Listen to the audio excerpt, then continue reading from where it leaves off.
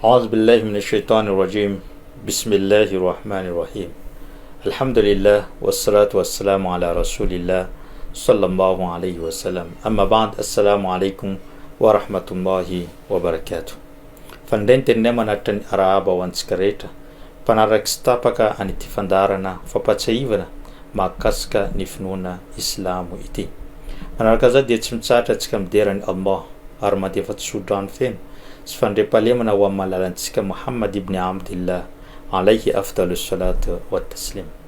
Dia fa ihany koa antsika tsodrano sy fandre-pahalemana ho an'ireo fianakaviany tsy misy ankanavaka, ireo mpanarady azy ary izay rehetra manaraka ny sorodalany mandra-pahatongavan'izany andro fitsarana izany. Raha lasa nabavy anatin'ny finoana Islam.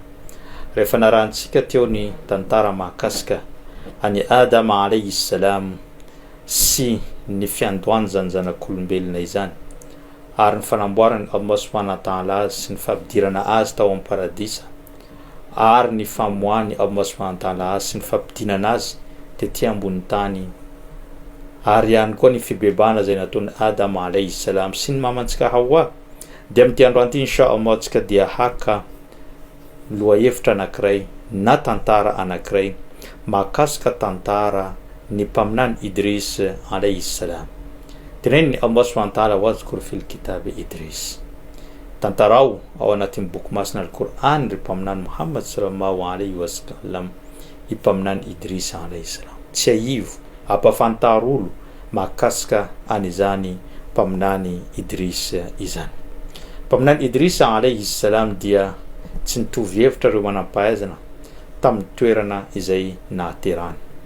Fa fantatra fotsiny ary ny akamarozan'ireo manam-pahaizana dia miteny fa hoe tany Babilôna, tany Irak no nahateraka any mpaminany Idris alayhi salam.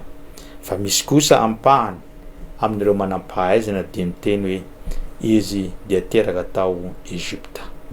Fa ny akamarozany manam-pahaizana araka ny voalazantsika teo dia niteny fa tany Babilôny, tany Irak no nahateraka an'izany mpaminany Idris alayhi salam izany. Mpaminany Idris alayhi salam dia fahatelo tamin'ny mpaminany nalefany tompo Allah subhanahu wa ta'ala tetỳ ambony tany. Taorian'ny mpaminany Adama alayhi salam izay tsy aivintsika ny tantarany. Ary misy zanaka ny mpaminany Adama alayhi salam anankiray antsoiny hoe Shith ibn Adam alayhi salam. Io no mpaminany faharoa tonga teto ambony tany. Ary taorinan'izay dia nampilefany Allah subhanahu wa ta'ala Idris alayhi salam ho mpaminany fahatelo tonga teto ambony tany. Ary napiatra ny lalàna rehetrarehetra zay voarakitra tao zay sy noentiny izany mpaminany Adam sy ny mpaminany Shis izany i mpaminany Idrisa alayhi salam. Mpaminany Idrisa alayhi salam ihany koa dia naka ny fahalalany tamin'ny mpaminany Shis ary izy niara-niaina tamin'ny mpaminany Shis sy mpaminany Adam alayhi salam mandeha teo amin'ny 300 taona mahery teo no fotoana izay niarahany izy ireo niaina teto ambony tany. Satria fantantsika tsara fa i Adama dia arivo-taona teo amin'ny faharivo-taona no nahafaty ny Adama alayhi salam. Ka nisy ampahany tamin'ny vanim-potoanan'ny Adama zany 300 taona farany niainan'ny Adama alayhi salam no niainan'ny Idris niaraka tamin'izany mpaminany zany. Ary tsy vitan'izany fa i mpaminany Shis izay zanakan'ny Adama ihany koa dia anisan'olon-kendry manam-pahalalana maro ary manana fahalalana mahakasika an'izany finoana zany. Ka Idris talohany na mpaminany azy no tonga nandranto fahalalana tamin'izany mpaminany Shis zany. Ary tsy vitan'izany ihany koa fa niara-niaina taminazy, niaraka niantsolona amin'izany fahalalana noenty izany mpaminany Shis zany. Ary rehefa feno izy teo amin'ny faha-efapolo taonany dia nitendreny Allah subhanahu wa ta'ala ho mpaminany ihany koa Idris alayhi salam tamin'izany fotoana izany. Ka rehefa voatendry izy nahazo an'izany faminaniana zany dia niezaka izy niantso ny olona, niezaka izy nanaparitaka ilay finoana, niantso ireo olona mba hanompo ny Allah subhanahu wa ta'ala hiala amin'ny rendrarendra ety ambony tany. Saingy vitsy tamin'ireo olona izay nantsony no nanaraka azy. Fa ny ankamarozan'olona kosa dia niaina tamin'izany karazana fafinaretana fotsiny teto ambony tany. Ka tamin'ny farany izy dia nomeny Allah subhanahu wa ta'ala didy hiala tao Babylone nandeha mifindra monina tany Egypta. Zay no antony nialany tao Babylone tao Irak nandeha izy nifindra monina tany Egypta taorian'izany. Rehefa tonga tao Egypta izy dia niantso ny olona ihany koa mba hanaraka ny sorodalan'ny Allah subhanahu wa ta'ala, mba hanompo ny Allah subhanahu wa ta'ala, mba hifikitra amin'izany sorodalana sy ny didy amandalany Allah subhanahu wa ta'ala zany. Ary mpaminany Idrisa alayhi salam dia niantso ny olona ihany koa mba hanao ny soala, mba hanao ny fifehezana ary ny asa soa rehetra sy ny hatsarany toetra sy ny famindram-pony Allah mba azo izy ireo amin'ny alalan'izany hatsarany toetra zay tokony ataon'izy ireo. Ary mpaminany Idrisa alayhi salam niavaka tamin'ny fahaizana fanamboarana ireo tanàny lehibe, zany hoe fananganana ny ville anankiray. Ka rehefa tonga eo tao Egypta izy niezaka niasa izy nanangana ireo tanàny lehibe maro samihafa.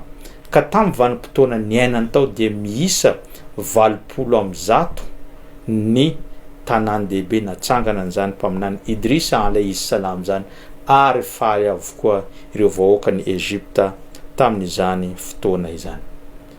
Ny tanantarany mpaminany Idrisa alayhi salam dia tsy de maro loatra ary tsy de lava ary tsy de hita loatra ny antsipiriany mahakasika an'izany tantarany Idrisa alayhi salam, fa kosa ny boky masina Qur'an Karim dia niteny fotsiny hoe tsy aivo tantarao ao anatin'ny Qur'an ny tantarany Idrisa alayhi salam.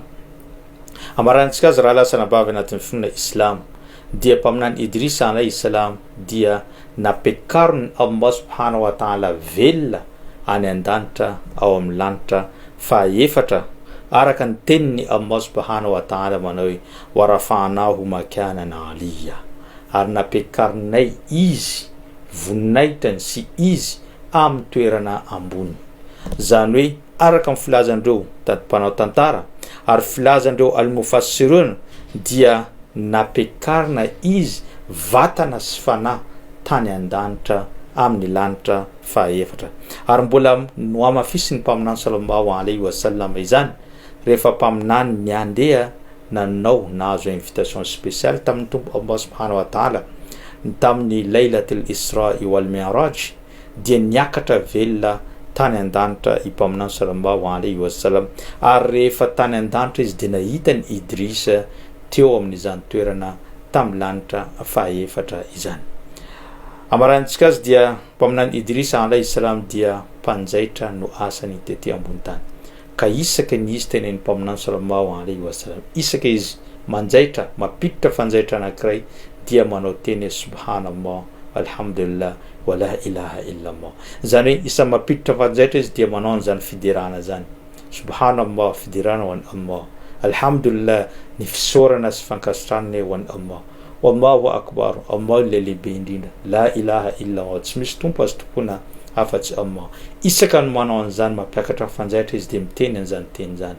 Ka teneniny ny mpaminany sallallahu alayhi wa sallam tsy tonga ny hariva afa-tsy hoe mpaminany Idris ny olona mentrika indrindra tamin'izany vanim-potoana zany, satria sady miasa izy mahavita mamelona ny vady aman-jana sy ny tenany ety ambony tany, ary tsy adinony ilay karazana fanaovana fideranany Allah mba ahazoany fahombiazana ihany koa amin'ny fiainana any ankoatra. Ka mpaminany Idrisa alayhi salam dia tsy mitsatra amin'ny dhikrillah na dia eo ampiasana aza, na dia eo anatin'izany fitadiavana ny sakafo ety ambony tany, dia tsy mitsatra Idrisa alayhi salam no miderany Allah subhanahu wa ta'ala. Lesona azontsika tsoana amin'izany raha lasa nabavy anatin'ny finoana Islam.